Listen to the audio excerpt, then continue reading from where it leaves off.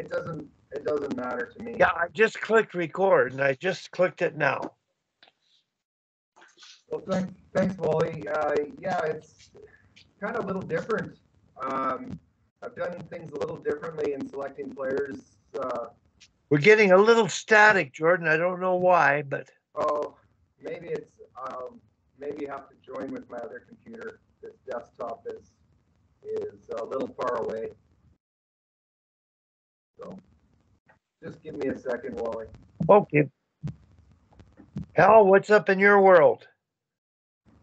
Oh, let me see. I'm going fishing for a while in Mississippi today to catch some bass, I hope.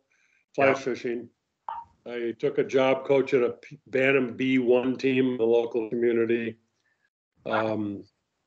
which will be interesting because I was planning to coach high school, and that whole thing fell apart because the coach left and whatever. But in the meantime, I'm going to Costa Rica for the first 10 days of October, which is the first 10 days of the season for the Bantam boys. So I'm going to have to send them inspiring motivation from Costa Rica, I guess, until I get back. But there's a tournament coming over Martin Luther King Day, which is in February. It's an international tournament from U18 all the way down, and I'm trying to get our team in there because I think that would be a lot more fun for them to play against teams from other parts of the world rather than just the other side of town. So we'd have to drop one of our other tournaments. But anyways, not much. Just working the day job and waiting for the hockey season to ramp up here in a few weeks. And I'm really glad you're coaching a team. You're not doing a girls' team, no way. It's a boys' team. It is a boys' team. Okay. And I could have done another girls' team, but the politics between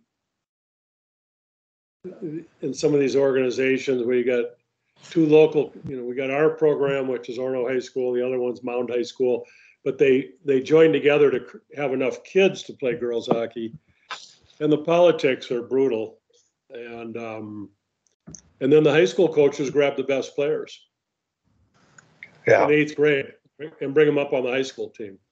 So now we're playing against teams like this happened to us, of communities. Our community's got like 2,000 people in it.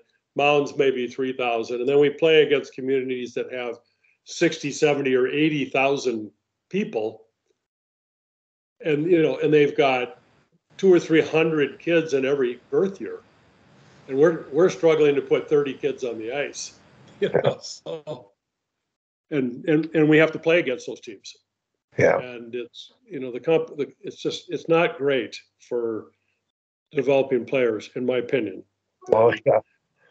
So we'll see. The boys is the same, but the boys we'll play against some of those communities, but they'll have 2 or 3 teams at that same level.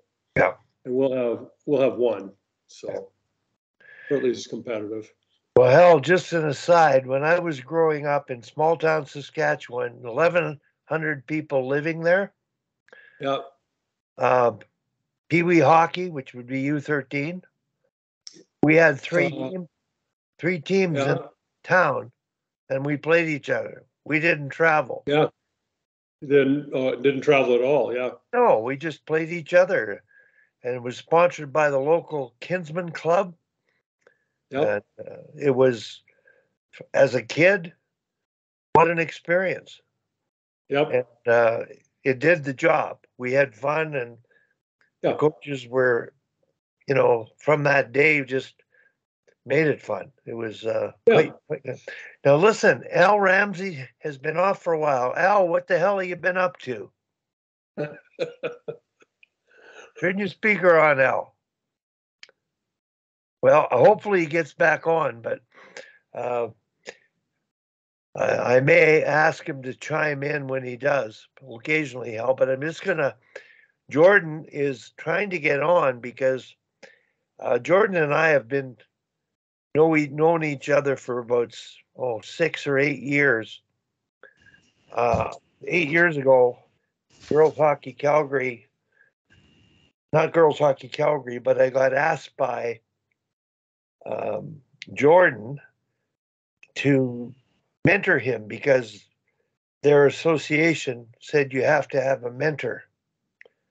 So I worked with him since then, and now it's blossomed to the point where he's mentoring the association and the other coaches. He's picking, they're selecting 2 teams in that age division, and the stuff he's doing, if he does get back on, I think it's something I want to edit because it's priceless, ahead of the curve, and his teaching experience and life experience and coaching experience is reflected with the way he leads and coaches. So, Al, I'm welcome back. Hey Wally, how are you? What's up in your life? What have you been doing? Where are you at? Well, I mean, we're back in the U.S. Spent the summer back home. We were up for the month of July. Got back in early August, and you're right. I haven't been able to join recently. I got a new project at work, and it's just it's taken up a lot of my time. I'm just trying to balance the start of the season and work and all of that good stuff, So I've been watching some of the video though. There's been some really good sessions, and so wish I could have made some of them, but anyway. Well, listen, I've written down people to potentially to have get on, and last night I did the mission statement with the coaches site people, and Mike Benelli had arranged that, and I said to him when we did it as a rehearsal 2 days before that he has to have you on his directors club to talk about what you do, but that's another session, I think, where you can come on the Sharks and talk about your approach, because I kept saying the social you have, you can tell me how important it is relative to the exercise with your coaches affecting the season. Can you elaborate on that? I think so last year was the first year that we did it with the whole association. We had done it the year before with 8U level. So I think there was 3 or 4 teams of people there. And then last year we had grown as an association a fair amount. So we decided to expand it. The whole idea behind it, and there was a lot of discussion about, do we need food trucks, and should we bring in entertainment and all this other stuff? And we kind of decided that the point of it was to keep it as a community thing where the coaches and the directors on the board were the ones that were doing all the work at this thing, and serving just hot dogs and hamburgers, and just making it all about the kids with some games and ball hockey and stuff like that, and to make it all free. So for the most part, it was just we each kind of, there's like 20 people helping out with this thing, and everybody kind of brought in a few things. Like people donated a few cases of water or a couple of boxes of burgers, whatever. It ended up not costing the association very much, like less than $1,000 kind of thing to put this on. But what a great way to kick it off. And I think there's a lot of work that goes into putting on a season from the directors and the board and the coaches and all that kind of stuff. And I think that sometimes that doesn't necessarily get seen by people, but when they see it, when they see everybody working that hard for their kids to have a good time, I think that it really kind of sets the tone. It also sets the tone for the volunteers, for everyone to get involved and get engaged. And it sets the tone for the families as to why we're really there, because it's a really fun event to kick off the season, right? And it's a great way for us to talk about that with the families, and for kids to get to know each other across the age levels and across the different teams. Like now we're up to some of the levels. We've got 9 teams.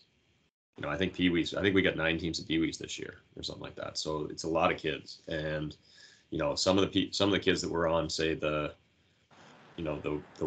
team 1 in Adam, like the A team or whatever. Some of them ended up on the 4th or 5th or 6th team in Pee-wee. When they moved up. So there's kids are moving around. They're playing with a different group of kids. I know with my own son, he's a little younger in his birth year, and when he moves up, he's like now he's on the one team, and next year when he moves up to Pee Wee, he's going to be on probably the 4th or the 15th. Just because of the the caliber of players that we have and how tight it is at those upper levels, and the difference between the first year kids versus the second year kids when they move up level.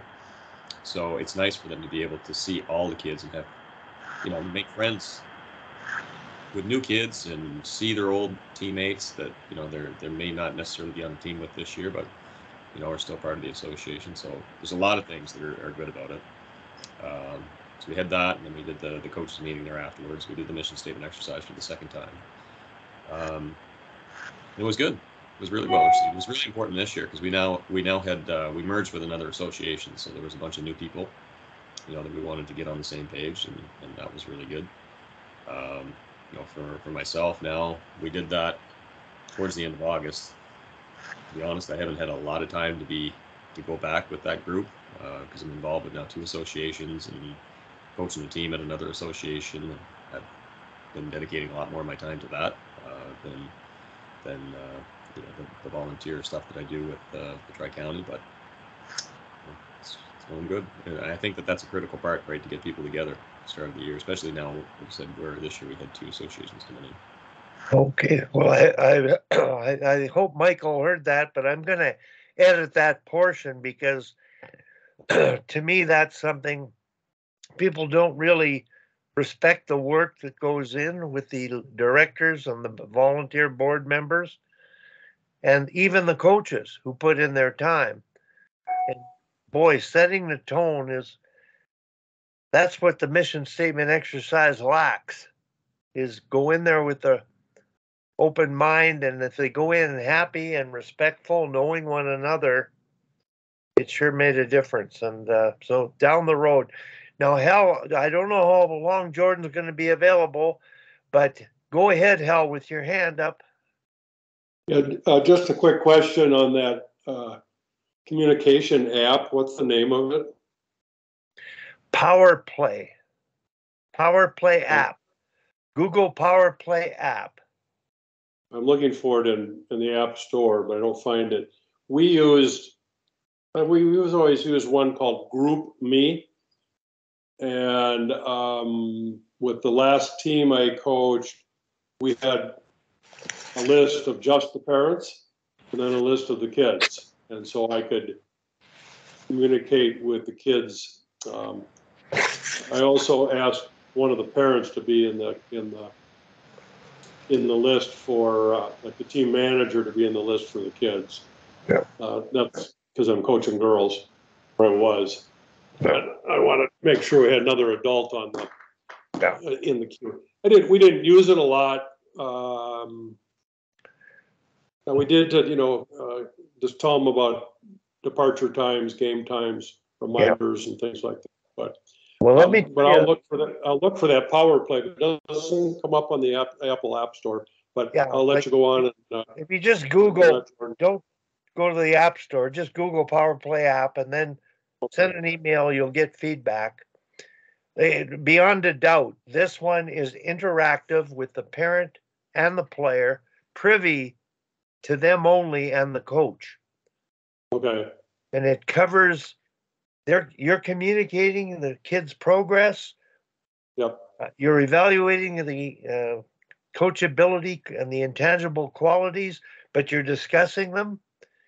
And the parents are privy to the work you're putting in. And Michael does it. And sometimes we might get him to talk about how it's worked for him, but he is able to provide all the resources, video links, and Tom Malloy's drills. Yeah. He provide them to all the coaches that have the app, and they're taking advantage of that. But the biggest thing is the trust and respect that the coach creates by communicating with the player in a polite way, with the parent, appreciating that. And there's some pretty, if you need to be improving some behaviors, that will come up in the discussion, but it's got merit. Okay, good. Now, Yeah, I see it here. Yeah. So, I want to take advantage of Jordan being on. Now, Jordan, are you still there? Because I see your name. Yeah, I'm still here, Wally.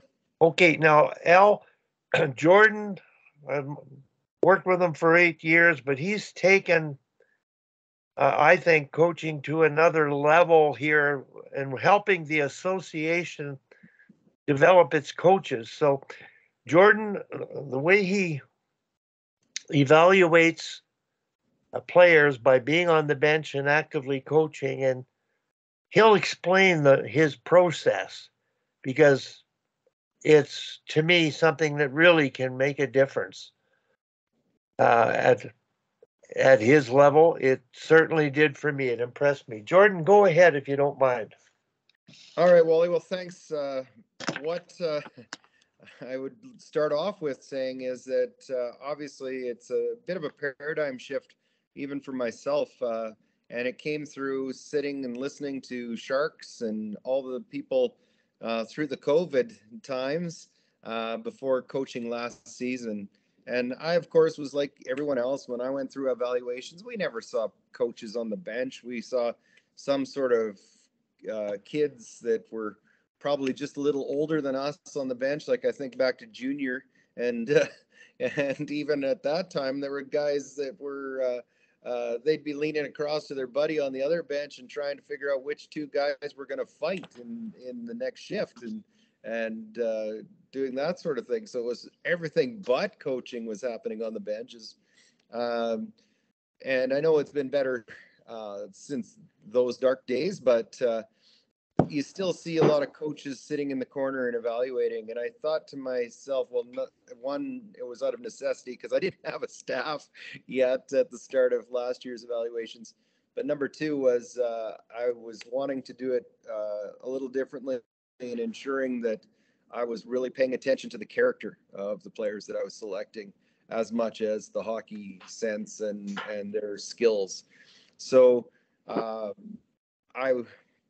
started being on the bench, and I of course, like many of you, can't stop coaching. It's one of the hard things to do is to stop teaching or stop coaching. And I decided that just the same as a student, you want them going home at the end of the day, because what's the first thing that a parent asks a student when they get home? What did you learn at school today? So what do you think a parent is going to be asking their child when they get home or they get off the ice from an ice session? Well, what did the coach say? And for a lot of kids, it's nothing. They didn't say anything to me. They didn't talk to me. They were staring at their clipboard or whatever. And so I didn't want that. I wanted the kids to have some sort of interaction. They may have said, "Coach said nothing to me today," but I purposely made sure that I did speak to every child that was on that bench, and usually trying to provide them with one piece of positive, specific feedback that I could through it, because we want them to do their best and represent themselves as best they possibly can. So what that also evolved to was when we got to the point of red-white, or for us, red-white inter-squad games, and we had some players that, of course, have to sit out. The rosters are a little bigger than just the two teams for us to get to a draft. How it works in our association is we will draft two teams at the same level out of a composite group of players. So we're carrying more than our roster size through these games. And so with these kids sitting in the stands, well, I know I'm competing against their phone in the stands. I want them to be watching the game and continuing to learn. So I collected 3 different stats that I thought are important and important in setting habits for the year, something that I'd be looking for. And so, of course, having had Wally as a mentor, and some of these stat documents were ones that he had gathered over the years from his experience as well. The first one was shot tracking, and it's, of course, just plotting it on a rink, whether the shot was successful, whether it was blocked, whether it was missed the net, or whether they scored off it. And they tracked both teams. Second one was, of course, if we want kids to play hard, there was shift length. And so they were calculating shift length. And actually, Wally, the kids last night, because there's so many of them, they asked me something that I've never been asked. They asked if we could track the D pairing separately from the forward lines. And I said, absolutely. And they did a great job of that. And then the third one was face-offs and which zones they were in, win-loss, but more importantly, possession. Who gained possession after. And there's a method to my madness in it that I asked the players to do that, and then I asked them to report that back to the dressing room after the period instead of us as coaches reporting it. They report it to us, and then they go ahead and tell their peers. So they're learning from their peers, and they're learning in a non-threatening way. They're learning in a way that can be engaging. They're seeing it from the stands as well as getting reported back to them as players in uniform. So yeah, I think it's just a fun way for the players to learn, and it's pretty eye-opening for those kids. And actually, as Wally had mentioned, he was at one of the games, and so I had 3 of the players that had been taking stats come and explain them to Wally, and they didn't know Wally, so they were explaining it to him like he wouldn't know what the heck was going on, and I know that probably was the part that blew Wally away, because they were explaining what they'd learned, and they were explaining the importance of it. So that was something that I really appreciated from the experience with it. But those are all things that we can do to help develop not only the players on the ice, but the players in the stands. And these aren't, well, I know for a fact now because we had our draft, they're not all on my team. So you're developing players for the other teams as well. So it's just a little bit of investment, a little bit of a paradigm shift, and it's a way to continue to teach and help players grow. Hi, Peter. Good morning. Good to see you. Thank you. Jordan is a principal of a school, and he's coaching midget AA girls, and they've just finished their selection camp, and he just went through the process of what I think are cutting edge kinds of things, being on the bench, actually coaching and providing positive specific feedback, but evaluating the character of the players to enter into his thought selection process. So I'll edit that up, Peter, to share with you. I witnessed it, and after Jordan's exhibition game, during that game, they had about, maybe 15 players in the stands, half from one team, half from the other, that were sort of locks for the finals, one of the final 2 teams, do the keep some stats, and they would go back into the room after and report the stats. So it was amazing when Jordan, the girls came after the game. I was standing beside Jordan. He had them explain the sheets to me. They were engaged, like they were excited. So here you are coaching, and then you got the girls excited about learning. Now they're going in and coaching one another. So to me, it's going to influence the game, and I'm going to edit this and talk about it and make sure it gets out there. So thanks, Wally.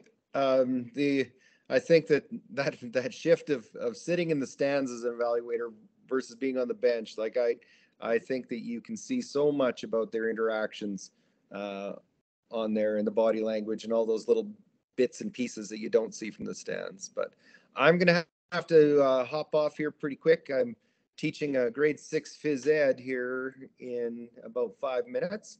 Started my day off with a hot air balloon landing in my schoolyard unexpectedly.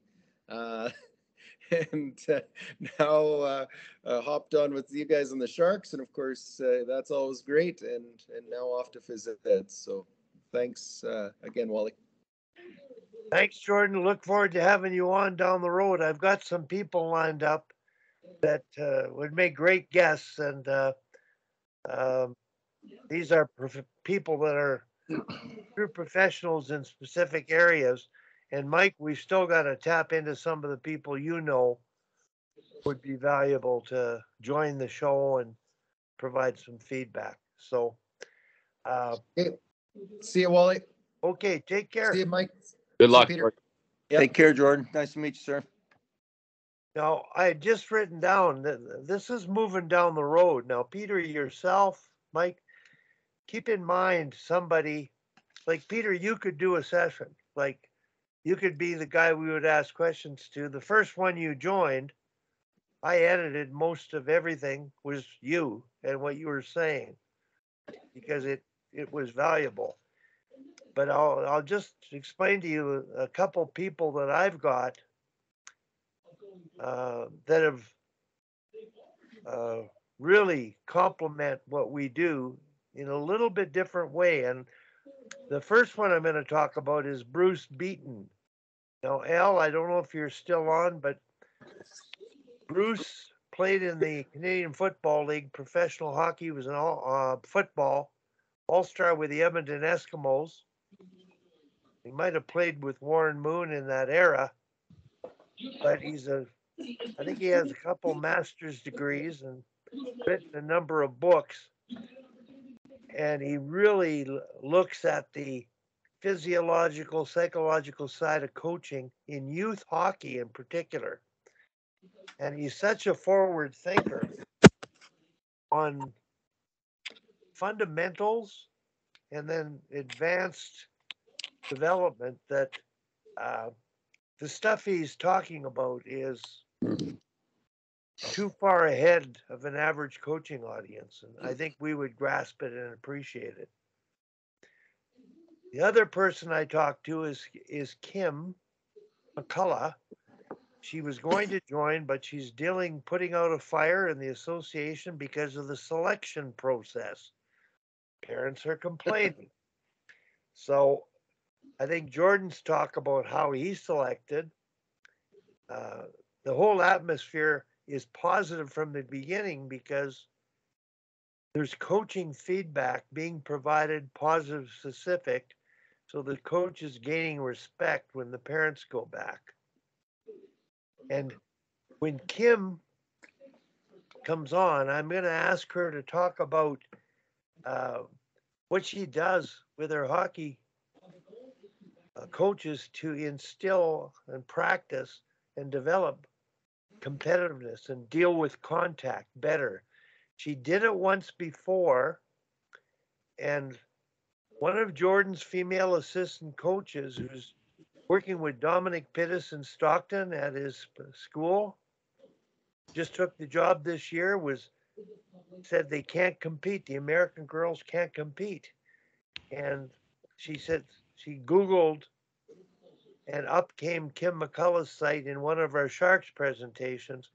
So I talked to Kim about it and I said, Kim, you're doing things that everybody would appreciate. So I'd like to have you do that, have video and talk about what you're doing because it's hands-on teaching X's and O's, fundamentals, and teaching tactics. It's really good. The other person I have, his name is Ray Paras. He's written 2 books. I've got one of them here. It's called Discussions for Effective Leadership. And it's his second book. He has 2 other co-authors. One of them is Marceau Bellevue, who coached professional football in the CFL. The other one is Bruno Lindia, who's a coach. He's coached university football, but he runs a headhunters business. And Ray Paras's book, in his first book, he talks about the art of coaching and his phrase, the right stuff, the right amount, the right time. That's him. and he does more leadership work with corporations than he does with teams. But he was working at the University of Ottawa with their football team. He's worked with professional players. And when he was at the University of Ottawa, he left corporate business to do this privately. He's been doing it for 30 years. But he had me come out and mentor at the University of Ottawa, and he had me speak to their football team. And the stuff we've done together is stuff that I think is worth hearing about. But he's gonna come on and talk about the books. So, Michael, I mean, you've dropped a lot of names that everybody knows, and if you ever get anybody on, whether they know them or not, anybody you recommend is going to add value to it. So we look forward to that. Al, I don't know if Peter heard your conversation, but yesterday, Al, we did the mission statement exercise for the coaches site. Can you explain the purpose of that exercise and talk a little bit about it and how Peter was involved? Michael?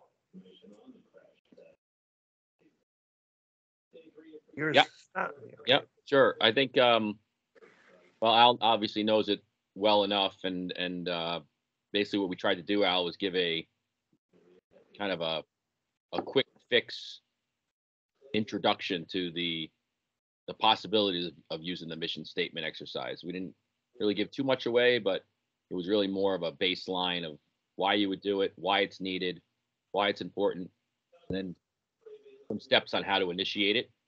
But I think the ultimate goal was just to get it in front of enough coaches through the coaches' sites reach to get more people to understand what Wally has done and put together, and hopefully more youth coaches or leaders of youth organizations will understand the value of this mission statement exercise over picking teams and X's and O's and just plain wondering about what system kids are playing and more about the holistic approach to youth sports. So I think had some pretty good feedback so far, and I think it'll be interesting once we get it out and it's kind of produced and shareable.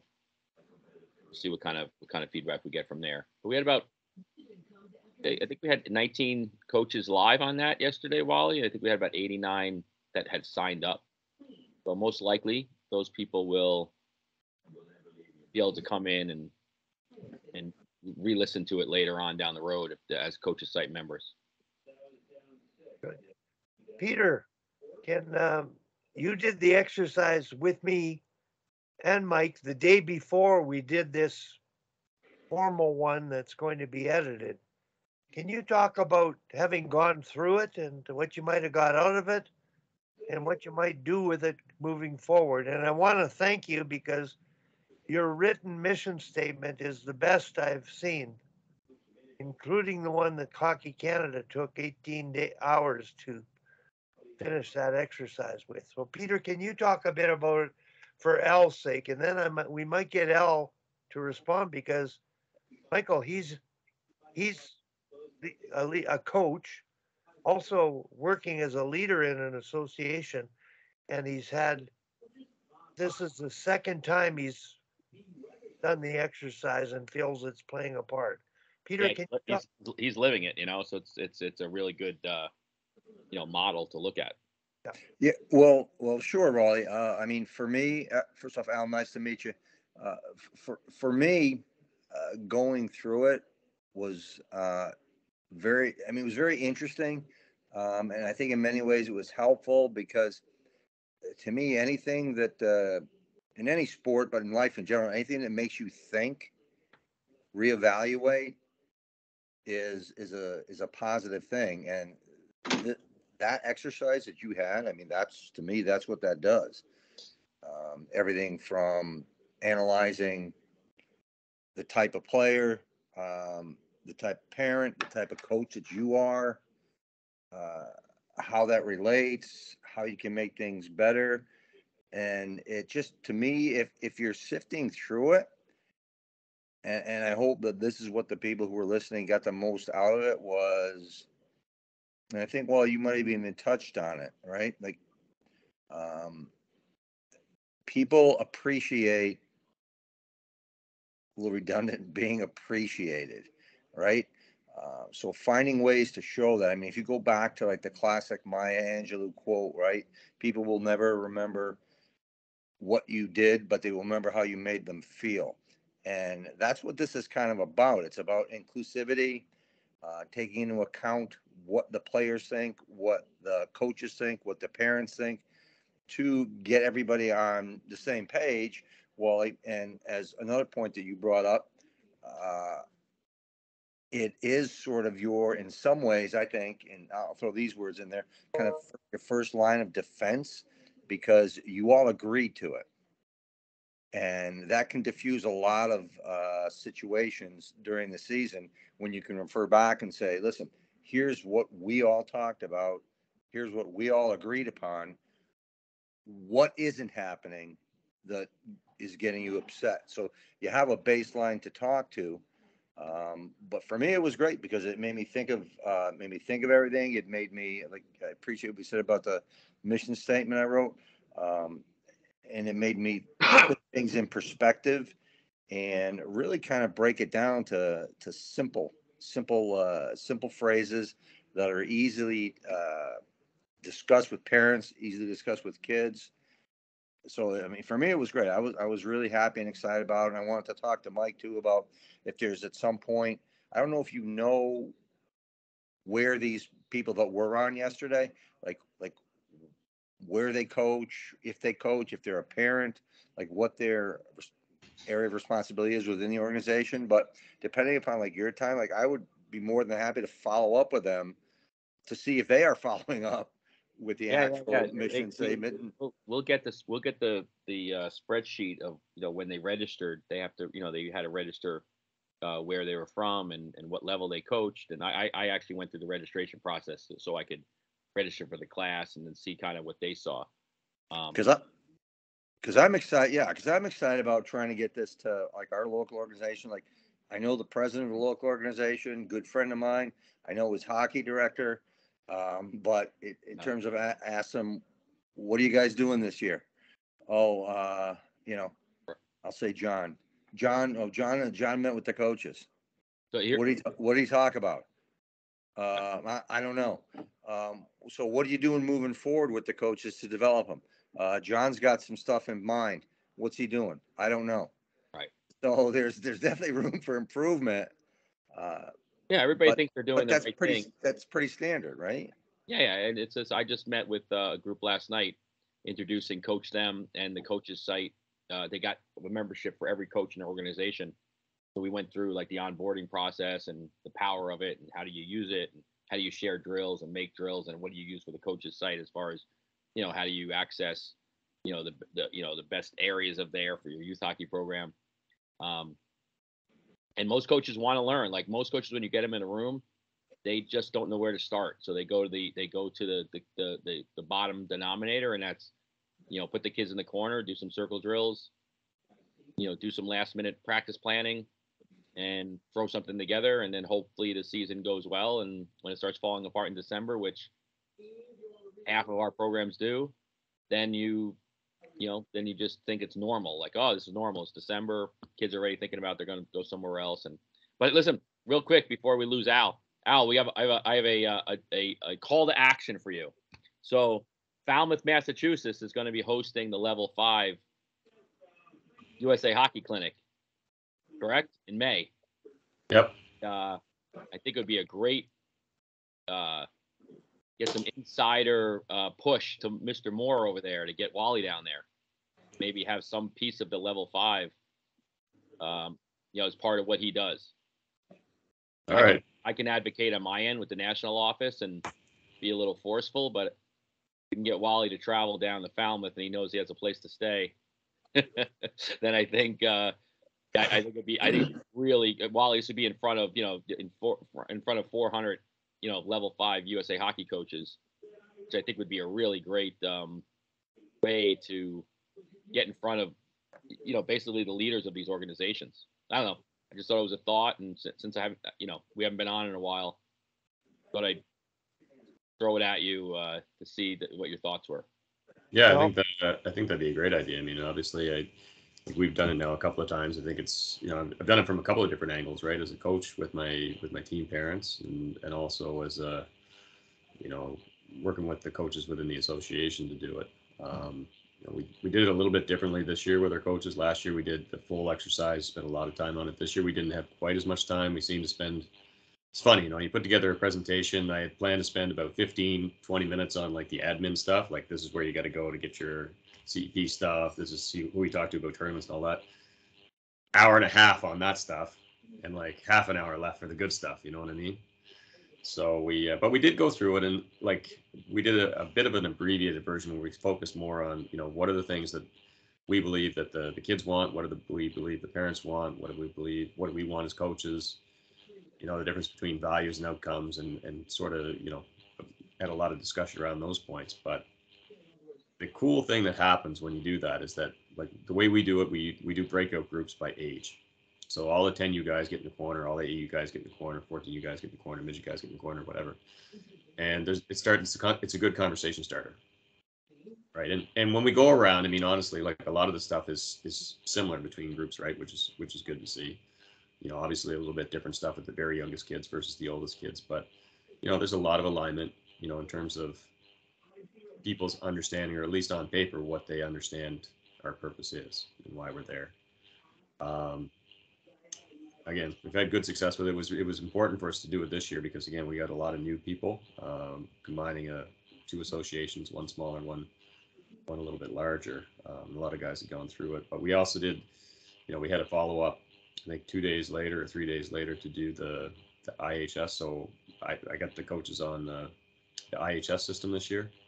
It was similar to the Coach Them one, but we looked at Coach Them was a little bit more expensive, so we ended up doing the other one, which I think is, like, in terms of features, I think it's really comparable. It's really, in terms of usability, it's probably easier for the coaches to use, but a little bit less on the features to be able to track what they're doing and sort of share. But the whole idea is that each of the age level coordinators, like the people that are responsible for those age groups, are going to populate it with recommended drills for their age group, so that the coaches, like the 9 head coaches for Pee-wees, go in and take a look at what the Pee-wee director recommends is, here's a drill of the week, or here's the top 20 drills that we recommend, for the season for this age group.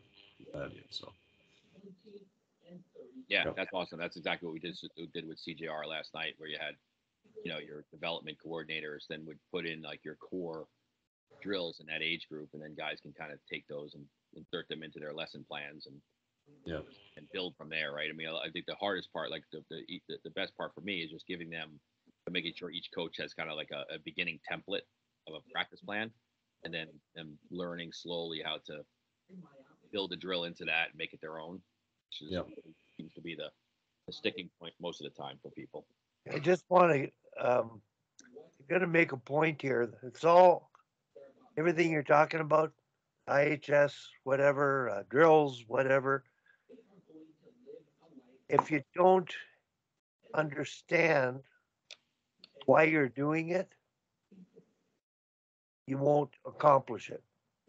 And that's why the mission statement, like you just said, you had an hour and a half and you had 30 minutes left to talk about the why of coaching and the how of coaching and the impact, the delivery.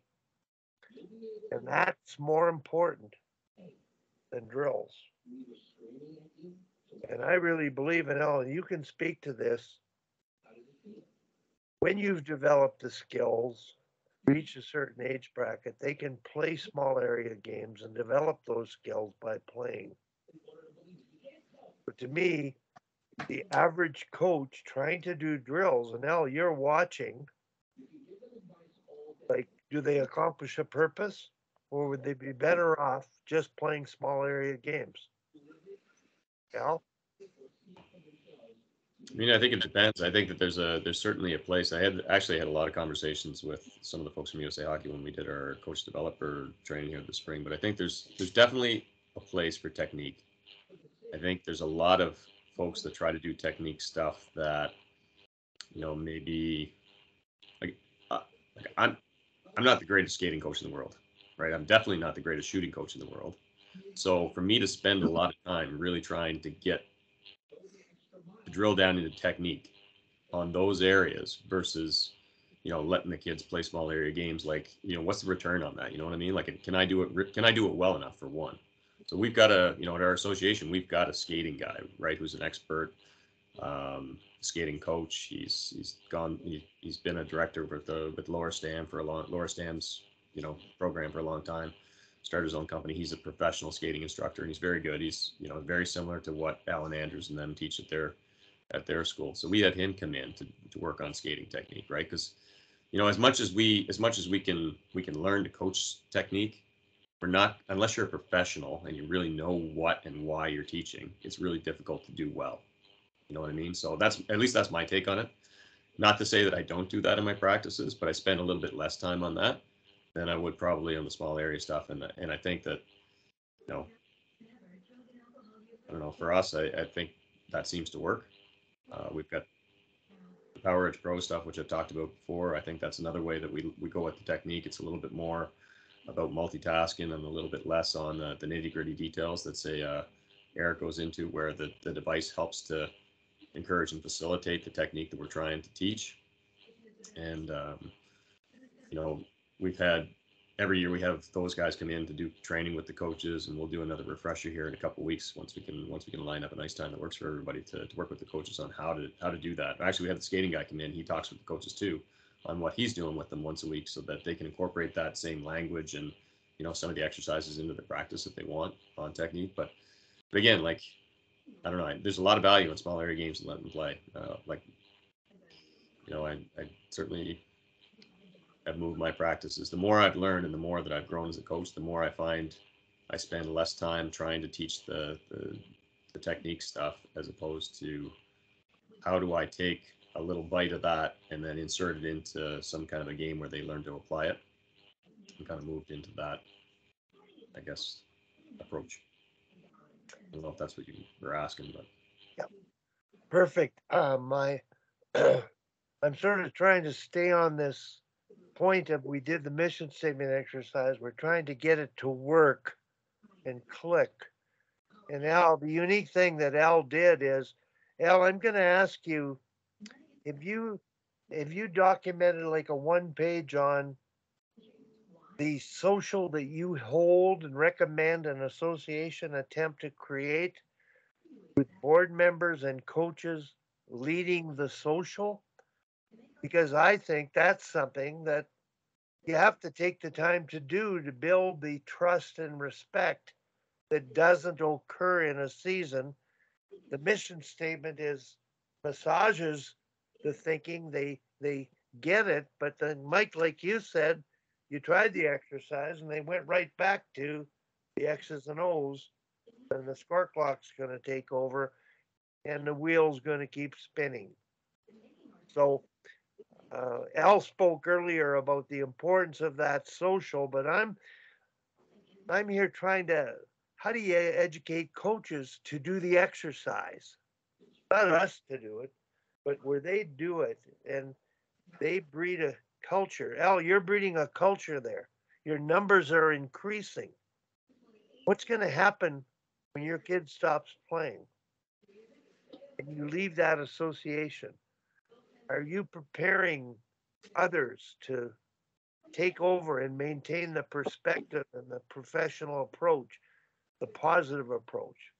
So that's my big concern, is it just can't be, as long as this board member's in, this is what's going to happen. And as long as you're around, everything's going to be fine. And the numbers have grown.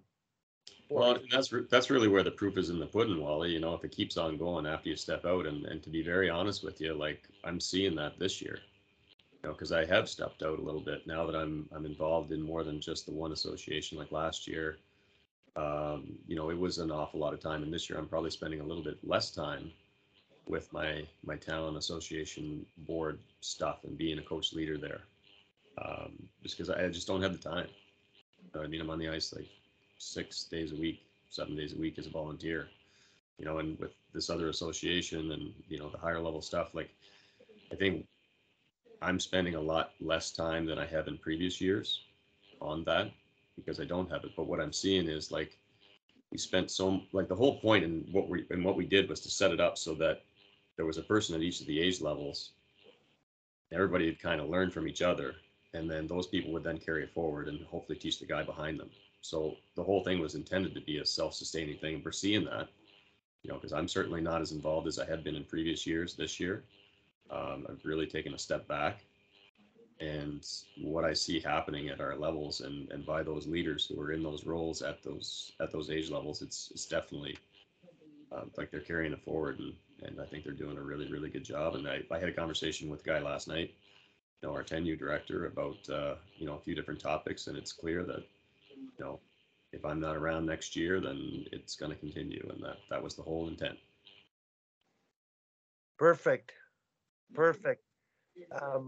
How important, like, you can't just do the mission statement exercise with coaches. My question was, did you get feedback from the parents and the players, or is this not necessary because you had the social?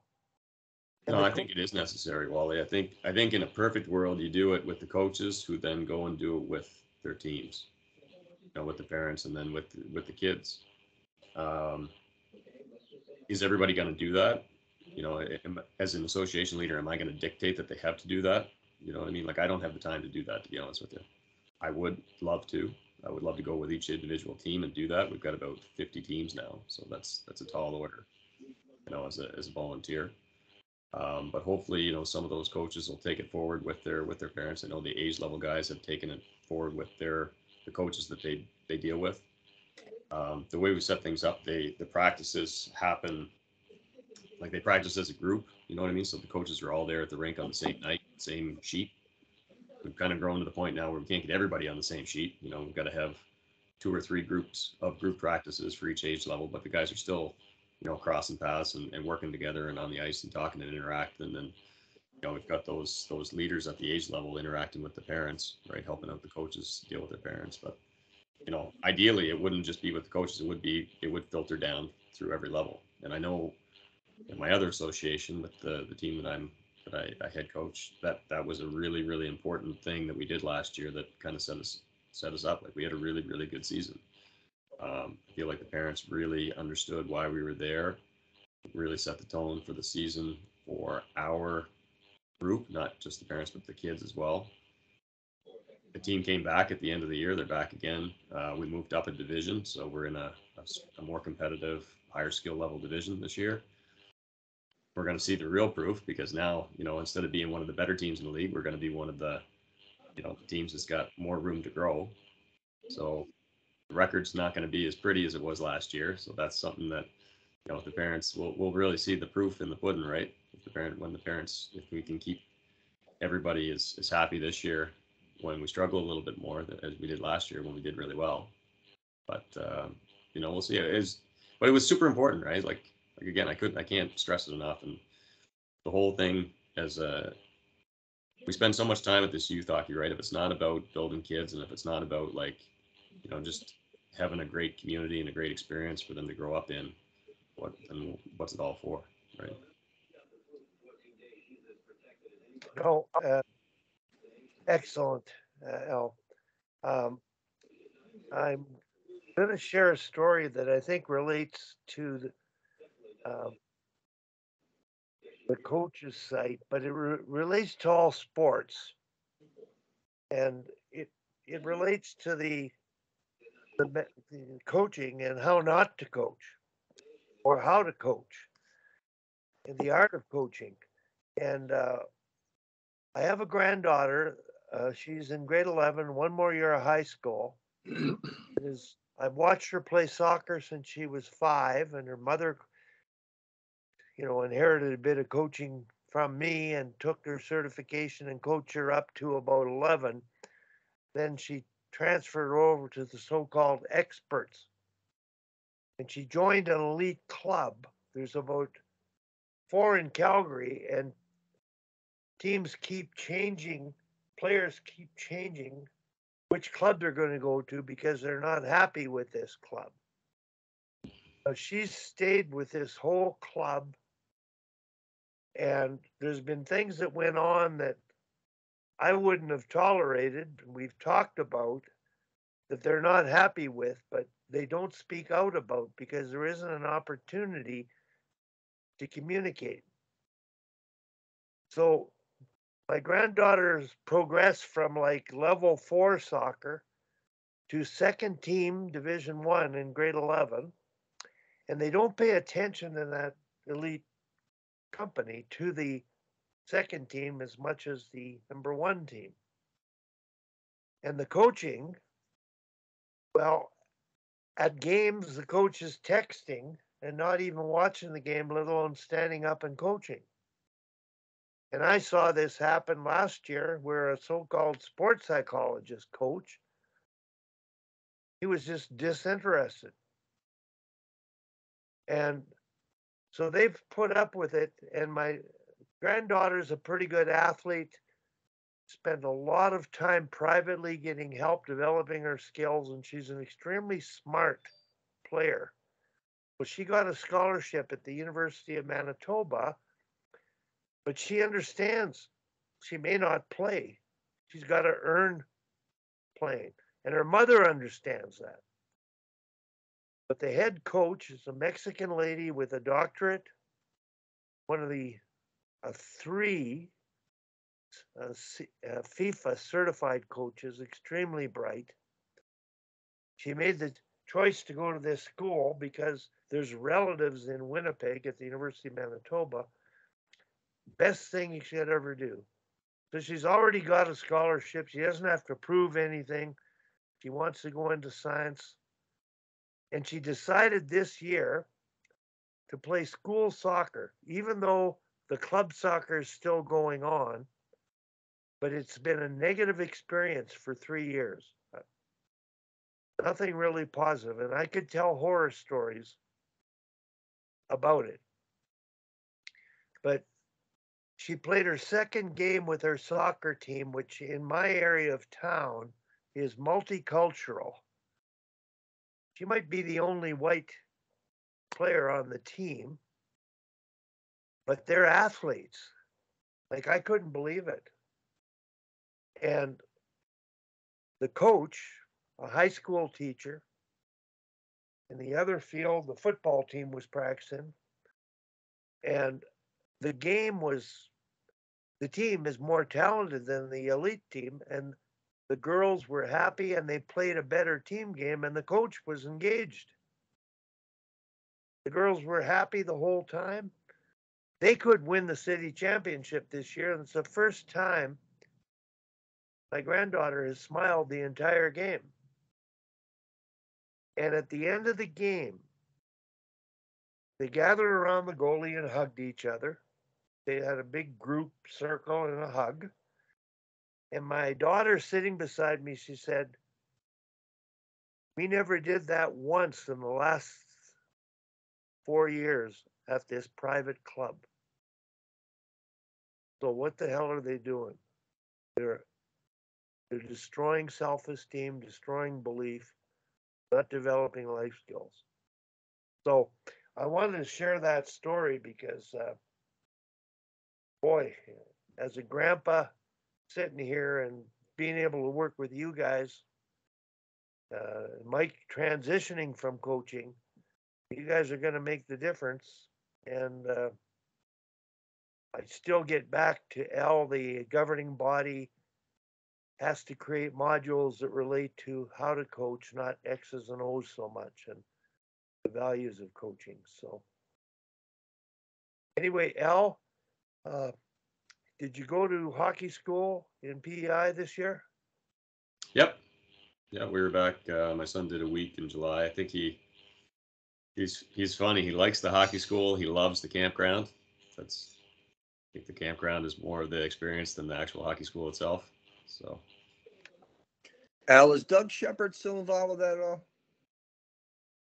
The hockey school in the island? No, Doug. So Doug's actually I'm in Massachusetts now. I'm originally he's in the Mass area, but I didn't know if he went back to do that because that's where I first met him years ago.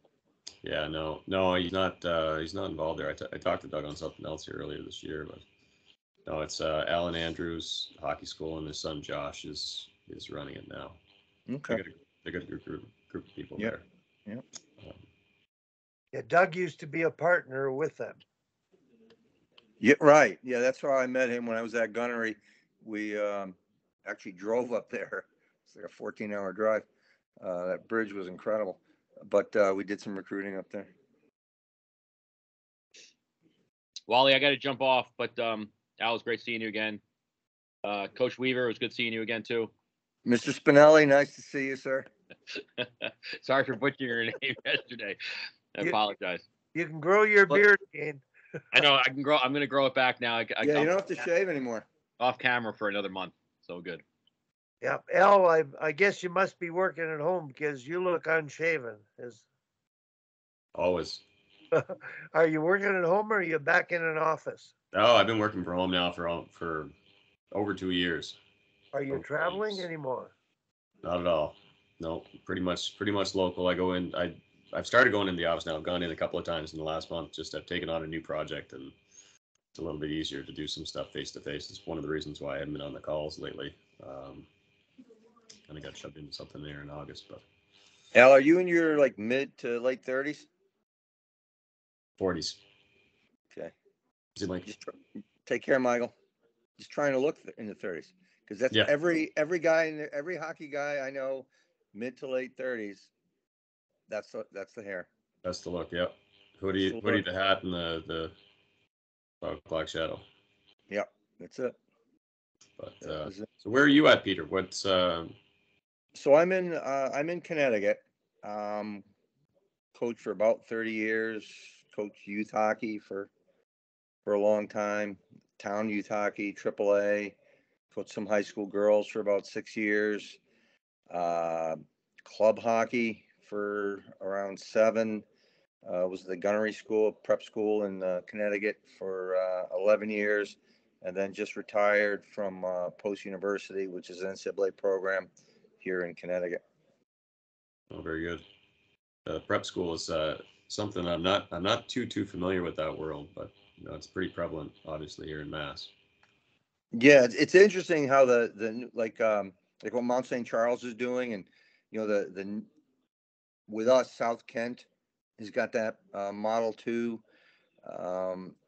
kind of 60 some games or more, and then don't worry, we'll get you into the classroom sometime too.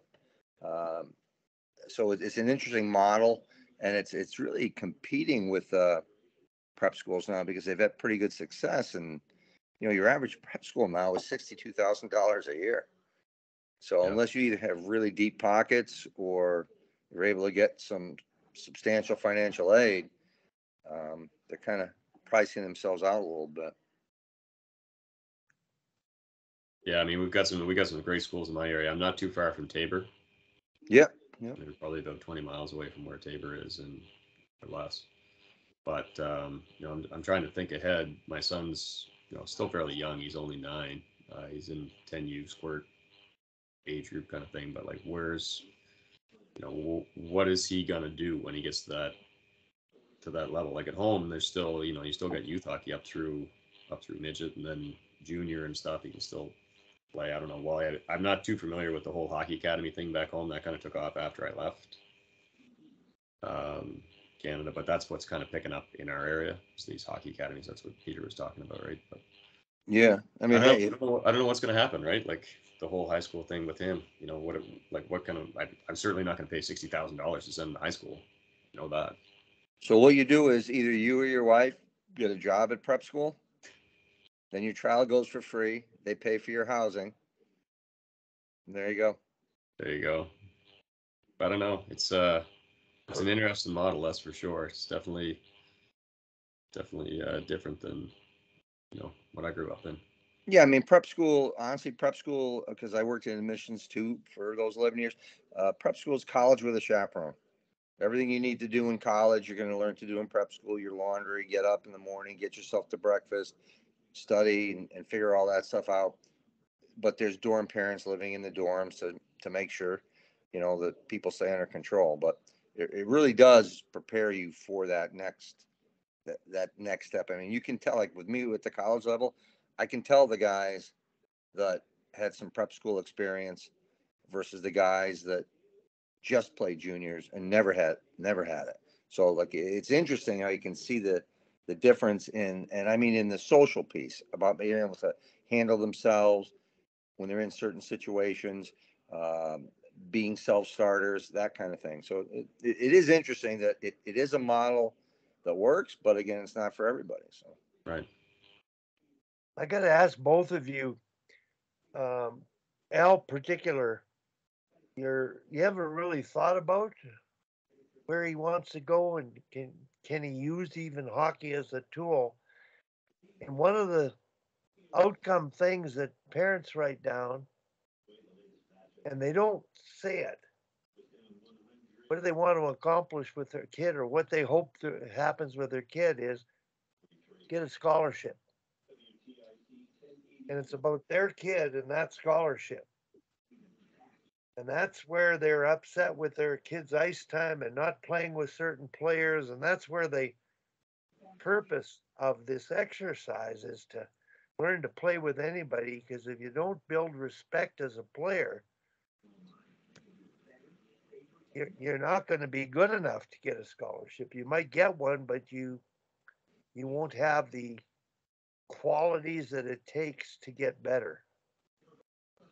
So that, Al, before you took over, you saw people leaving your community to go to greener pastures, so to speak. Now they're coming back because you're doing things the right way and they're enjoying the experience.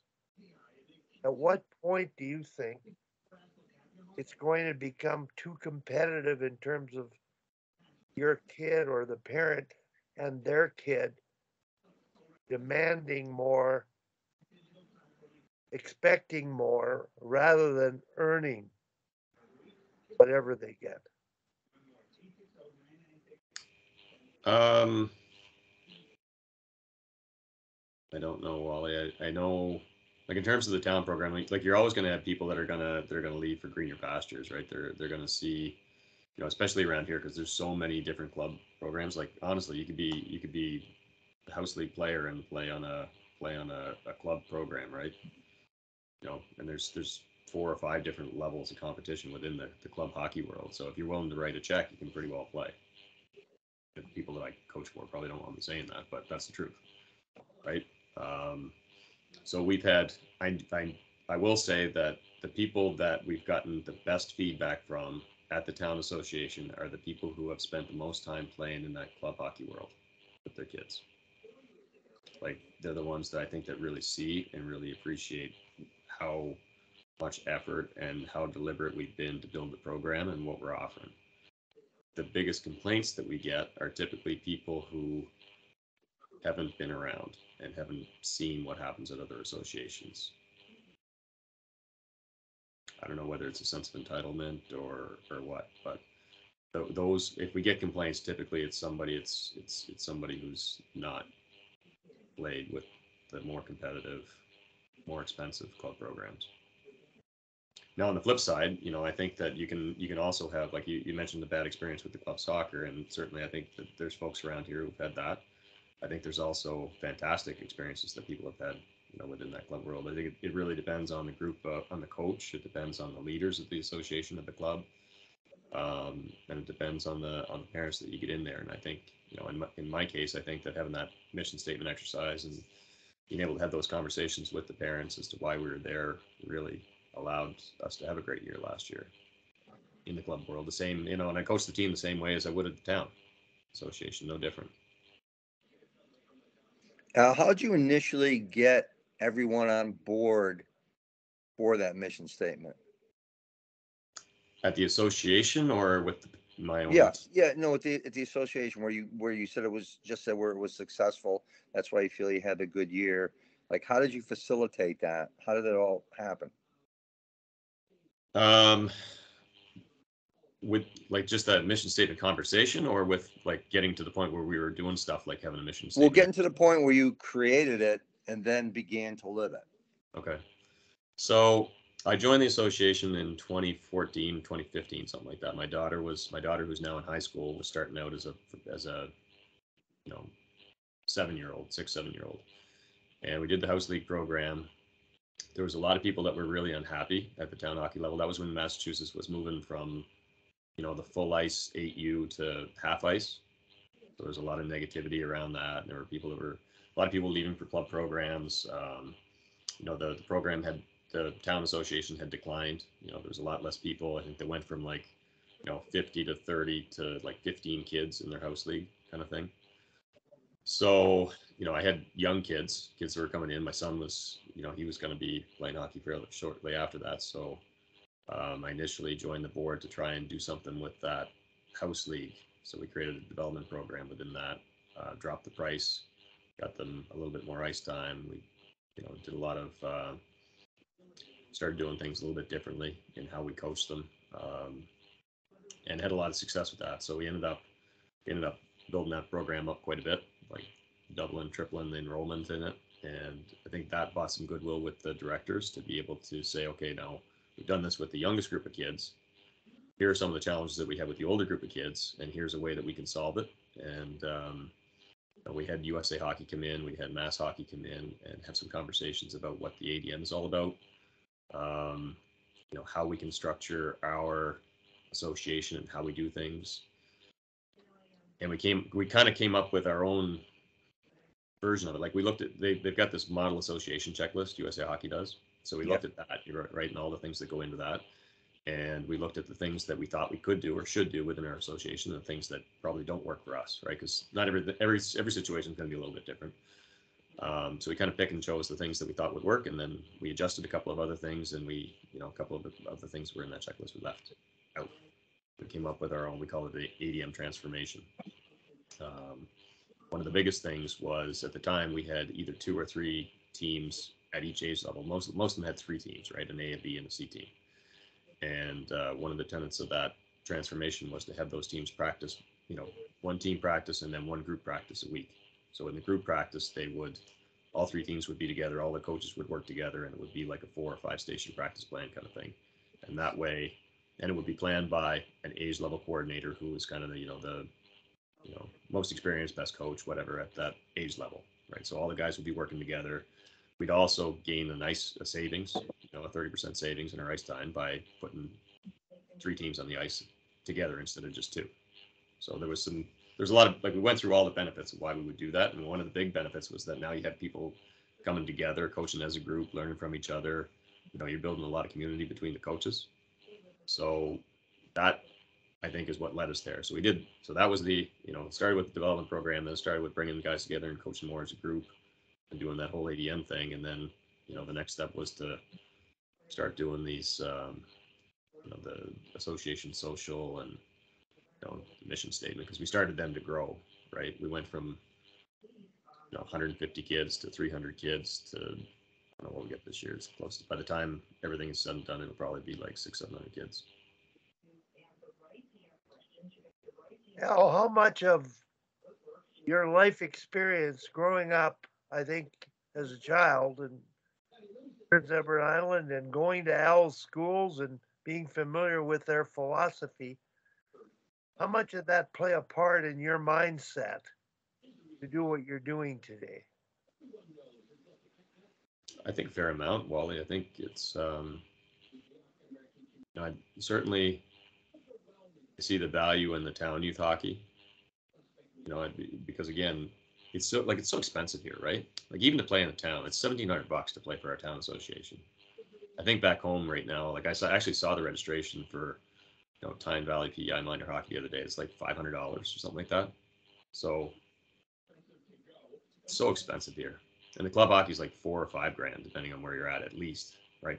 And that's all before travel. So I don't know. I just feel like it's one of those things. And, Peter was just talking about the prep school stuff, when you get to that age being, $60,000 a year, whatever, like it really prices kids out. Like I had a conversation with a parent at the rink the other day who enrolled one of their kids in our development program because it's really inexpensive. It's like $500. Their other kid in travel, and they're trading off. One kid's playing and going back to the house league with the little kids every other year, and they're only putting one in the travel because they can't afford to have 2. We're going to try and figure out a way to make it happen for them. But that definitely impacts. That's one of the reasons why I put so much effort into the town association. you know, you want to see town hockey be viable here and at least have some sort of inexpensive option for people to put their kid in that they can, you know, be taught well and have that experience and have all the good things of being involved in sport and all that stuff. Because not everybody can afford the, you know, club hockey. And honestly, there's a lot of negative things that happen in the club world, right? So, you know, my son was interested in that, so I explored it. I got in with an owner that I thought, you know, he's doing things for the right reason, and you know, took on a team, and it seemed to be having a good time. Parents seemed to enjoy it. So,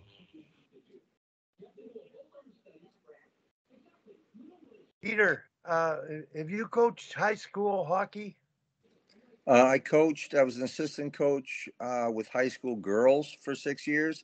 Yeah. And then, you know, that's public high school, and then prep school, right? That's high school age. And I also coached the midget team. I started a midget program too. Yeah, I have a question.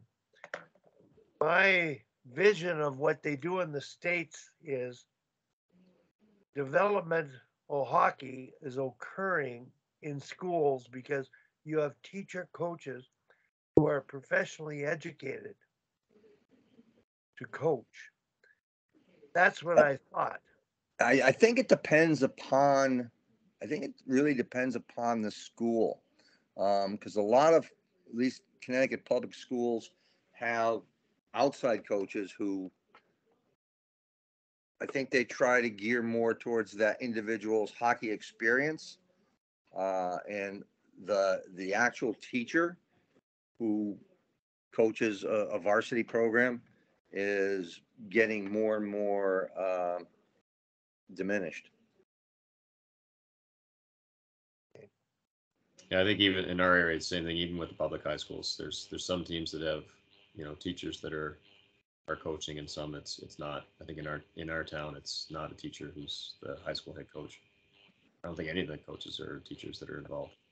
I might have a false conception then, because when I was working with the national team and coaching a high performance club team, we played in a league and had to play in Minnesota. And prior to our game, we're basically playing the national team players that are on the Minnesota team. And we had a good team, but not that strong. Before the game, the American team was running a clinic. Outstanding clinic, like 100 kids on the ice, every girl stations.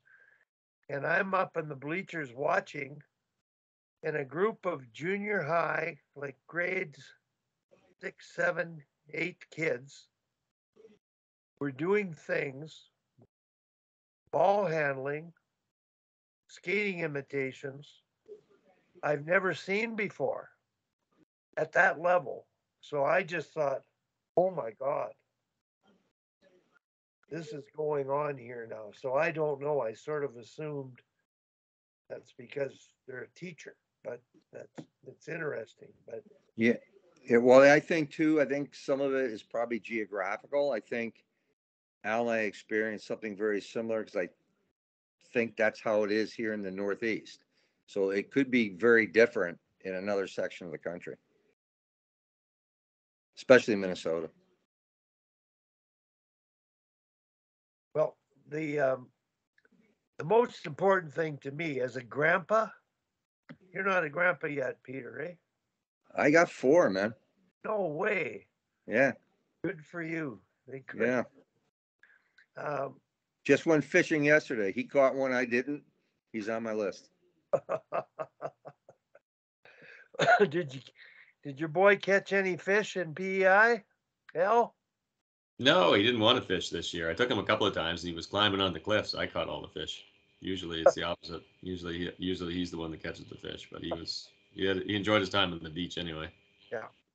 You know, the perspective of watching my granddaughter grow up through beginning school, joining a club at a young age, and for the like being soccer only, like specialized from the time she was 12. Joined that club. But her mom and dad have great perspective. She never made the high level team growing up, but she moved up a level every time. And she has perspective. And the fact she's going to go to university and take sciences, she's just got a place to have a good sporting experience. And she appreciates that. And the parents aren't, she's not going there with her parents thinking, well, she better get to play. No, she's going there and realizing they have carry 30 players and she might not get to play. She's going to have to earn it. And they accept that. That's a big thing. Yeah. Yeah, it's hard to keep perspective, Wally, like at this day and age with the sports, even just the town sports. You know what I mean? Like our town association, we're on the ice. So you got team practice, a group practice, and then a skills session. So three sort of practice sessions a week. And then one game, sometimes 2 games on the weekend. That's just the town association. Right. So my son plays on that. And then we've got our club association, which has the same. You get, a skills session, 2 practices, and then 1 or 2 games on the weekend. So I drew up the calendar the other day, and it's literally if we went to everything, we'd be there every single day from about the 25th of August. I did it out until October, every day. So now it's like we're actually picking and choosing like which 2 days do we not want to do something, and that's the whole thing that I'm going through with my son right now. It's like, okay, well, we're going to skip this one, and we're going to skip this one, and we'll skip this one, and we'll skip this one. You can't do it all, right? And you certainly can't do it all and have like a childhood.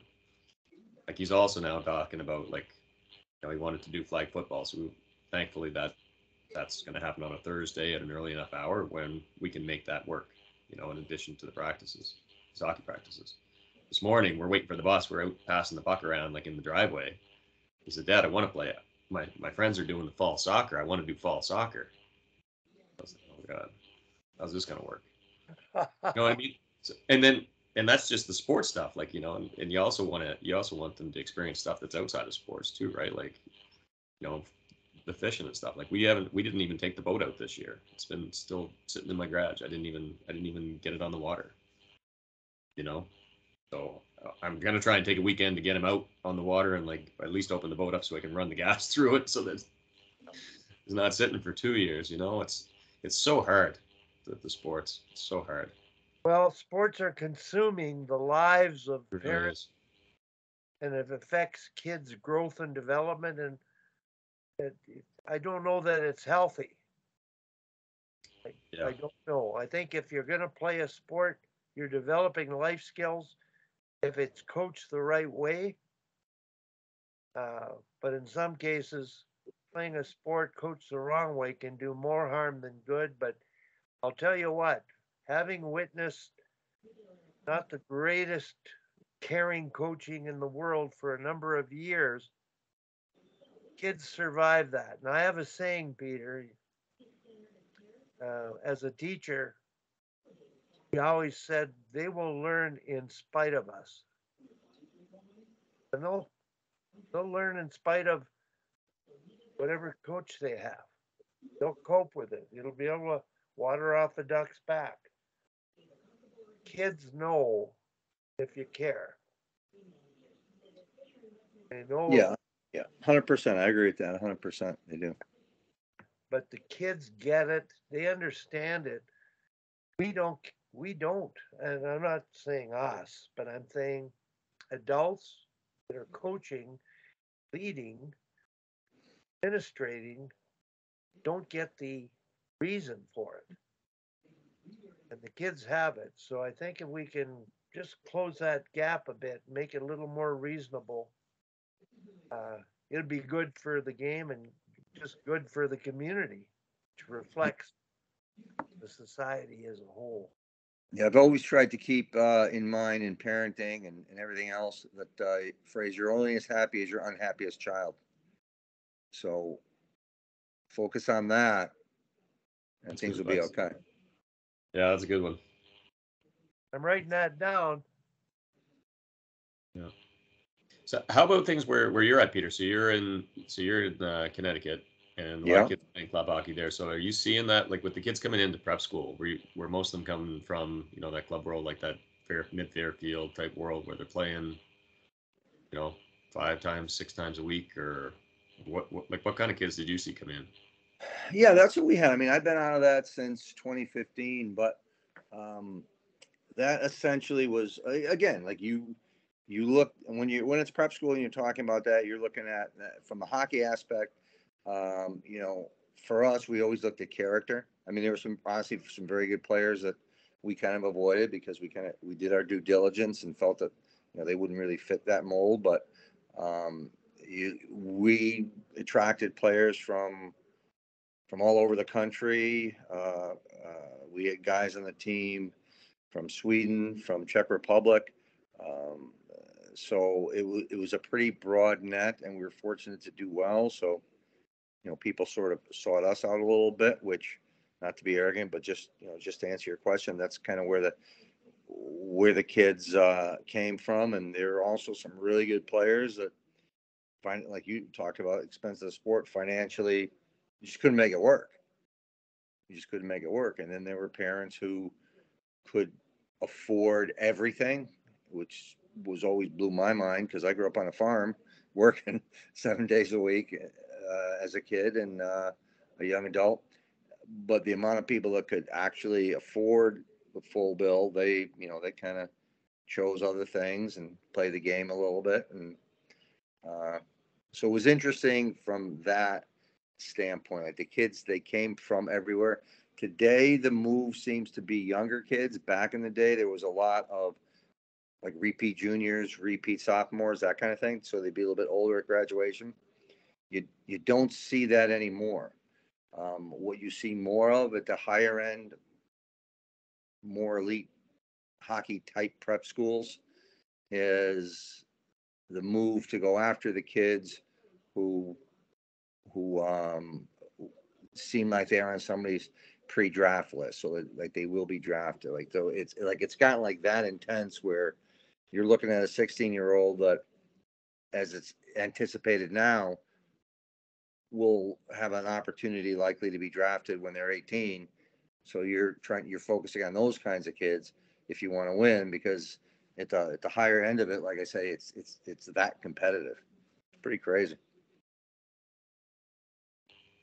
Yeah, I definitely had an opportunity to see some pretty good talent here. We had there's a pro league pro summer league that was playing up in Braintree there this summer, and there was a couple of kids from the USA Hockey National Development Team that were there, 2 16-year-old kids skating with the NHL players. Unreal. Yeah, it's just They were like amazing. The best ones on the ice. Yeah, it's amazing how good some of these guys are. It's just crazy. It is. Yeah. Well, I have to mention, I watched the youth 7. They had a Ivan Holinka team, U18. They have an Ivan Holinka tournament, international. Gretzky, Ivan Holinka. And I watched the camp. And that's the best under 18 players in Canada. And I'm watching them and I'm saying, oh my God, they're so skilled. And the coaches ran the best practices I've ever seen in terms of competitive thinking drills, looking at the tactics of the day. And I was talking to a scout that said they have 6D. 4 of them are better than any D on the under 20 team. So the talent level is wow. And watching the coaching at that level, I said, my God, we're sitting in a pretty good place. They're doing some right things at the elite level. And I think we want kids to, and this is where Al Andrews comes in, and Mr. Ramsey. He wants kids to have a dream goal. There's nothing wrong with a dream goal, but understand what it's going to take, but have a goal after the dream goal. Whether you play or not at the highest level, You have to have that balanced life. And that's why I think going to school is very valuable. You're having that balance when you're done. I think if you're going to try to play in the NHL, you've got to be so crazy about the sport and totally dedicate your life to it. And Well, and that's it, Wally. And I like it with my youngest, I mean, he's got like, you ask him what he wants to do when he grows up, he wants to be a hockey player, right? But, then I also know that he likes playing hockey because his buddies play hockey. And he likes the social side of it. He likes the game, but he's not going to go down and shoot pucks for 2 hours by himself. He'll go down if I'm shooting pucks. He'll come down and he'll play with me because he likes that. But he's not going to go down and shoot pucks for 2 hours. So, and it's not that he's a lazy kid or anything like that, but it's just not what he is, right? And that's where I come back with this high school. I'm definitely interested in what comes next, right? My daughter actually started high school this year, and she's going to a vocational school here. And what they're doing with the kids at the vocational school is fantastic. Like they just did a shop week where they had to do all 20 shops in the school. So she had to do everything from cosmetology to auto mechanics to graphic design, like all the stuff. And then they had to narrow that list to 10 shops. And that's what they're going to do from now until December. And then they got to narrow that down to 3 shops. And they got to make their top 3 picks. So they're going to get a chance to try out all these different things and find out what they like. You know what I mean? And I see that as being something that when my son's that age, that's probably going to be a great route for him too, right? Whether they want to go to college or they want to go into a trade, like it seems like such a good thing because she's now thinking, oh, I actually really like the graphic design stuff, and I didn't think I was going to like that. So that was her number 1 pick when she had to narrow her list to her top 10. Yeah, I think that's great. I mean, honestly, one of the things that I always preach to my teams once they were in the the prep and then the college level is there's the who you are in your life and the what you are, and the what you are is always replaceable. Like I was a head coach of an NCAA team for 7 years. Fortunate to be a group of about 165 people in the country that do that, but I don't do that anymore. That's gone. There's another guy sitting in my chair running that team. So if that's the only thing I was able to identify myself with, then I would probably be pretty miserable, and I'm not, because I understand exactly to your point what they're doing in your daughter's school. They're teaching them the who you are is more important, because the who you are can never be replaced. The what you are can always be replaced, right? You're a CEO of a corporation. Someday you're going to retire. Somebody else is going to be there. You're a teacher. You're going to be replaced. You're a truck driver. You're going to be replaced.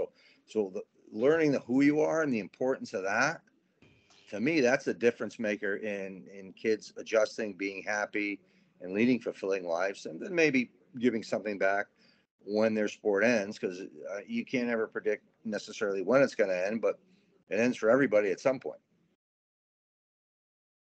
Yeah, agreed. The interesting thing I find is like how the hockey's going to intersect with that high school experience. When he gets to that point, like I don't know. I mean, he's a long way off, right? He's only 9. He's in grade 4, so that's a long way.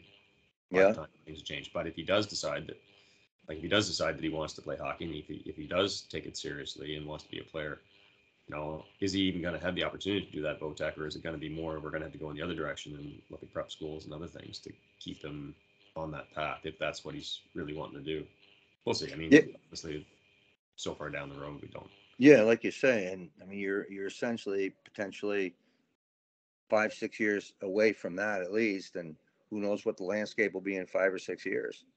You may end up in a unique situation where, because those hockey academies are becoming so up and coming, and there are some, I don't know how close you are, like to a Mount St. Charles, but things like that could actually work, where you could still do things like belong to outside clubs, maybe play some soccer, learn how to play the guitar, whatever it may be.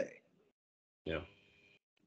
But these are issues. I mean, it's certainly not just, my son's not unique in these issues, right? Like I think this is what a lot of kids are facing now, and a lot of families are facing when they go to make those types of decisions. So in that way, like you're saying, the hockey academy, it's like that is kind of a positive for those kind of kids who still want to do the, whether it's the VOTEC route or whatever, and have that higher level hockey experience. It's interesting. The Yeah. story about vocational school. There's the SAIT here, Southern Alberta Institute of Technology. Tom Malloy coached the female team there. And their programs, like I would go there before I'd go to university because I'm going to get a job for sure. And when my granddaughter was in grade 9, the daughter put her in a photographing class at SAIT in the summer. And she really developed an affinity for the school. And it just happened when she was in grade 10 playing soccer, the soccer coach of the female team saw her play and he started to watch her and talk to her about coming there. And she found out about the cooking course. Some of the best chefs in the world are being trained there. They got an unbelievable, internationally acclaimed chef program. So we thought she was going to go to it. I was happy. She had a soccer team perspective. Then when she decided to go to university, I said, oh boy. I went and yeah, it paid off for me, but I have 3 daughters. One that went, got a master's. They were all honor roll students. 2 went for a year and quit. 2 of them were athletes, like good athletes, international caliber rhythmic gymnasts, and the other one was a carded field hockey player but could play all sports. Well, 2 of the daughters, the one daughter is now a musician and owns a sound studio, travels around the world, facilitating bands, transportation location. And the other one's raising her daughter here in town, and she's running not going to university and graduating. She's basically running a financial affairs and the paychecks for all the employees of an oil company here in town, and doing very well. So what they're going to do in life, I think they'll benefit from, and probably even as negative as the sporting experience might be, they'll learn from it and benefit from it. I think it's, I just fret when I watch adults, negative coaching experiences and screaming and yelling. And we did a tour years back. We went to Hockey Hall of Fame with I think it was a Pee Wee team at that point. We were coaching all the parents, and we toured Maple Leaf Gardens. And one of the things that they spoke about is they said, we let youth teams come in here and play so they could experience Maple Leaf Gardens. And they said the only rule we have is there are no parents allowed. There's the coach and the kids, and they played, and that was it. So I thought that was interesting. And that was a good 25, 26 years ago, where even then they knew that it should be about the kids, and they didn't even want the parents in the building, which I thought was interesting. There are leagues in Quebec where parents aren't allowed in buildings at competitive youth games. Right, which is so disappointing, right? And in soccer, they have a parent that wears an armband that's the ethical watchdog. Just the fact they wear it, they're there to monitor and look at your behavior and your actions. And, you saw the pictures that Mike posted yesterday. Yeah. Picture of adults fighting at a baseball game. And that's happening. Like it's really happening. So Yeah. I think we're doing some pretty good things and making a difference. And boy, I really want to thank both of you for hanging in there this long.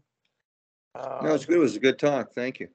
I'm glad that you got to meet Al, and I hope you guys connect further in what you're doing. And Peter, I think you're going to be a guy who's going to experiment with that mission statement exercise. And I would strongly recommend, Al, for me and for Peter, you put together a sort of the details of what you have to do for a good social for your association.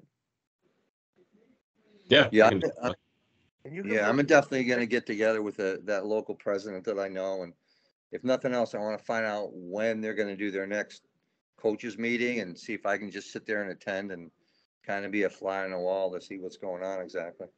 See, right now we're too late to make that difference. Al had the timing down. They hadn't Right.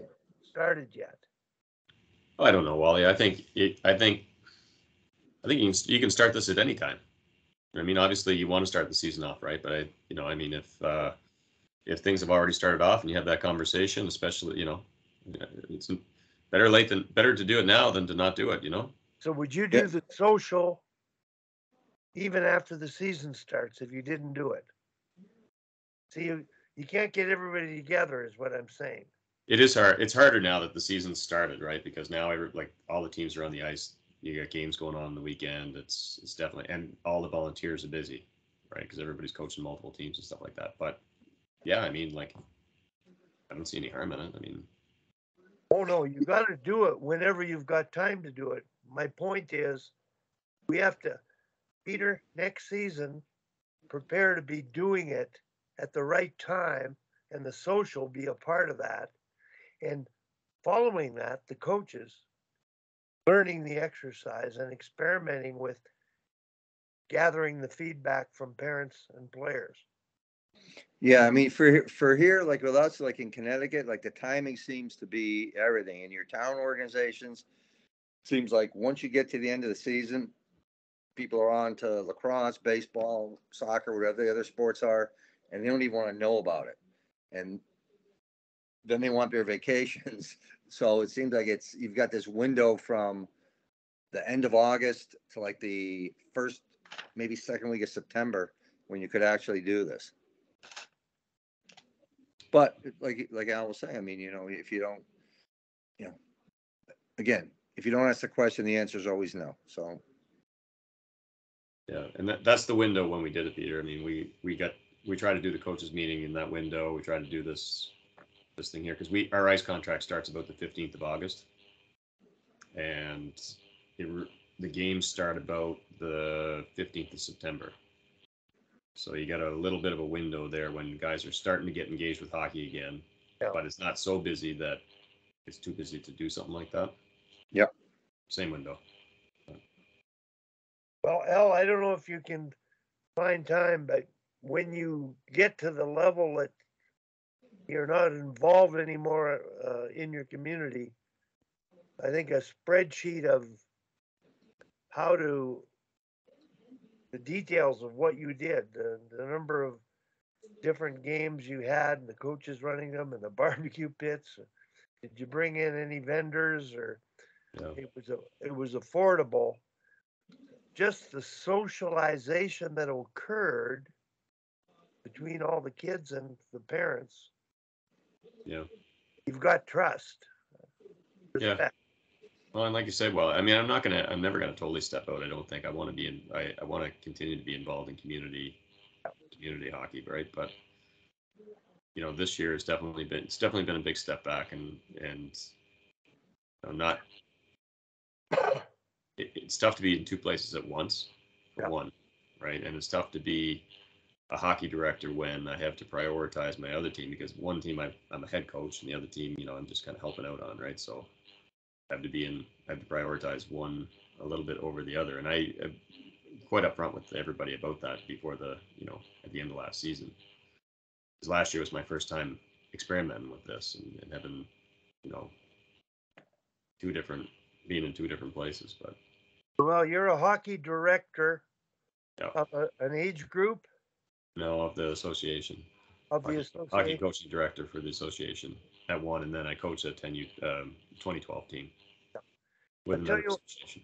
You weren't on when Tim Bothwell said everybody has a technical director, and they're more into the practice plans like Mike Benelli and the drills and the games. He said they need an ethical director. You have both. You have both because of that exercise. Well, we're trying to, but again, it's I think what we've found is, and I think a lot of it goes back to what we did, like starting it off with our youngest group, our Devo group, right? And all the guys that there's a group of people that started off together in that group that were very aligned in the way we were thinking, and those people have continued to be involved very heavily, either as head coaches or as age level coordinators. So now they're influencing the next group of people that's coming in. And that was the whole idea, was to build it that way, so that if there's a few people that are doing stuff, to influence the next group of people coming in behind them, and influence the next group of people coming in behind them, giving them the processes to try and to keep things moving in the right direction, and not just moving in the right direction, but building on it and making it better. Starts from the bottom and works its way up.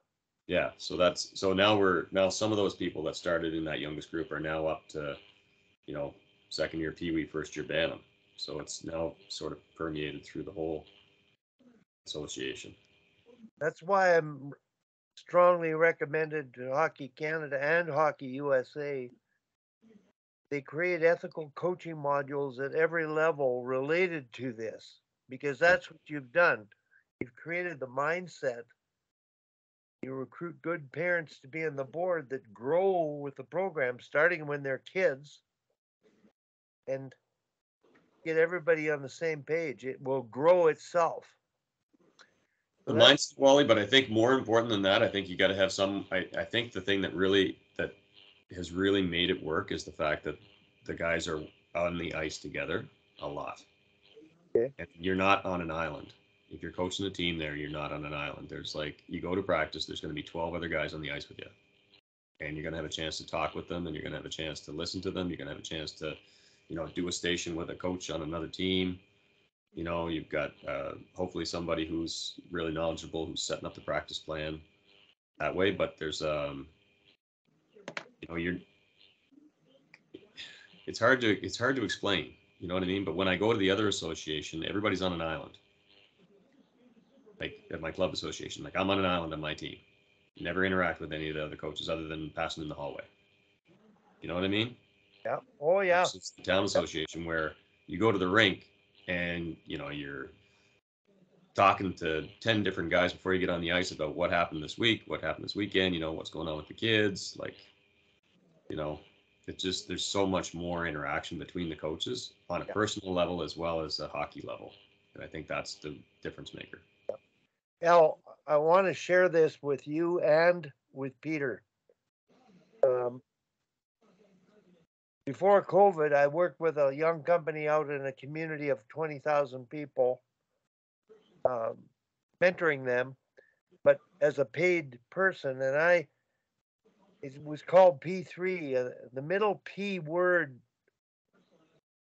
it was all about passion, power, and performance.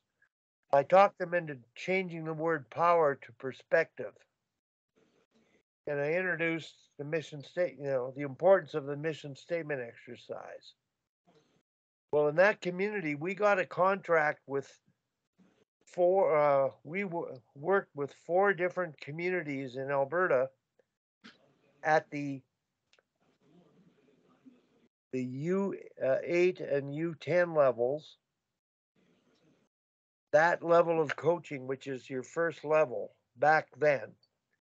And we created a model of 3 teams on the ice and splitting them into 3 skill groups and going through their stations together. And one station was the boring one, the skill station. And you don't exceed 12 minutes there. Middle station was a compete station, all 1 versus 1 races, battles, competes. And the other station was just a game station.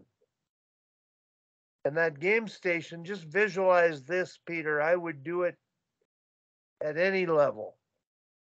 You line up the players. You've got your Eagles together, your best kids, because the Hawks are together, the middle kids and the Falcons or the Pigeons are together, and they're at the game end. Now, what coaches do, Al and Peter, they throw out a puck and they play 5-on-5 because there's like, that's it. One puck. So we developed this coach with the pucks in the middle of the blue line, the players lined up beside them, the Eagles, but in rank order of compete. And you dump one puck in. You let the scrimmage go and you dump a second in. And they got to know which way they're shooting. And eventually you got 5 one-on-ones. If you score, they change, do one-on-ones. So you just dump pucks. And we've taken it to the next level where now it's 2 2-on-2s at once. And we translated into working on a breakout with coaches in the corner of the cross ice. If you stole the puck, you had to pass it to your coaches behind the board side goal and breakout, providing low support with timing. But we developed that, like you said, the coaches have the plans and they talk before about what they're doing and they mix themselves up to work at the stations and the kids are all mixed up. The parents are totally happy with it. Yeah. So that concept of numbers, practicing with 2 or 3 teams. I had a midget AAA team coach. He just had 1 team, but he still used 3 skill groups and 3 stations. Not the whole practice. And his warm up was a little different, and his games at the end were a little bit different, but not the 3 cross ice things. So when they played those 3 station games, weaker kids were against your weaker, and you could see it. So the best kids got to develop at their level. And when they did all the drills, it was mixed. So interesting concept, but now that, we don't have those contracts, they're back to square one. And they might be standing in line and waiting for a turn to touch a puck. So anyway, well, listen, you guys, it's just about 2 hours here. I'm going to have to sign off and do some editing from last week's video. I've got about 30 minutes left to go through. And last week I thought, oh, gee, we didn't really cover anything. But then, Peter, I started listening to it. It's loaded, just like this session is loaded with good information. So I'll share the entire presentation, then I'll break it down and hopefully get it out there sometime down the road. And next week, how do you think Bruce Beaton would be as a guest, Al Ramsey? Excellent. Yeah, I've heard Bruce speak a couple of times at the hockey school. He's a couple of the books that he's done on CD. There's one called Maximizing Talent or something like that. It was really, really good. We got another one actually that's in my truck CD player all the time.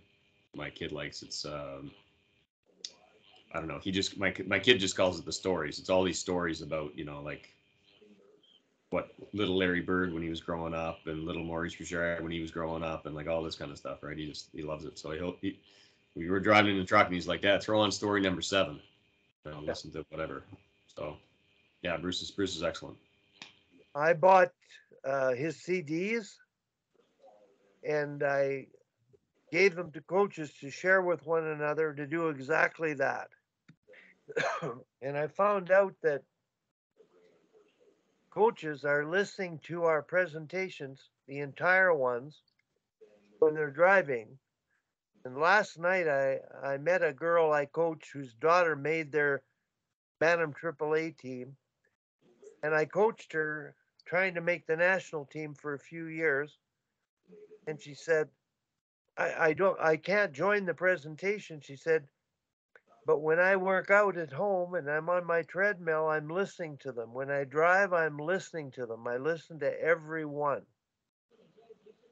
So this is a pretty, a pretty good thing that some people are listening to it, thinking about it, and these people, they've got the right perspective. So Yeah, no, Bruce is excellent. He's a lot like find listening to Bruce's stuff. You take there's like elements of the talent code, and there's elements of like David Epstein's books, and like there's a lot of really good nuggets and some unique stuff in there too. You know what I mean? But it's kind of along that same kind of line. It's really good. Bruce is good. Good speaker. well, I've got a call into him. I don't know if you know, Al, but Bruce has played in the Canadian Professional Football League for 12 years. He's an academic with a couple of degrees, written books, and would be a great presenter. But Al, he's got a proposal planned to take the CFL, the Canadian Football League, which is soccer field size field, to Europe to market the sport.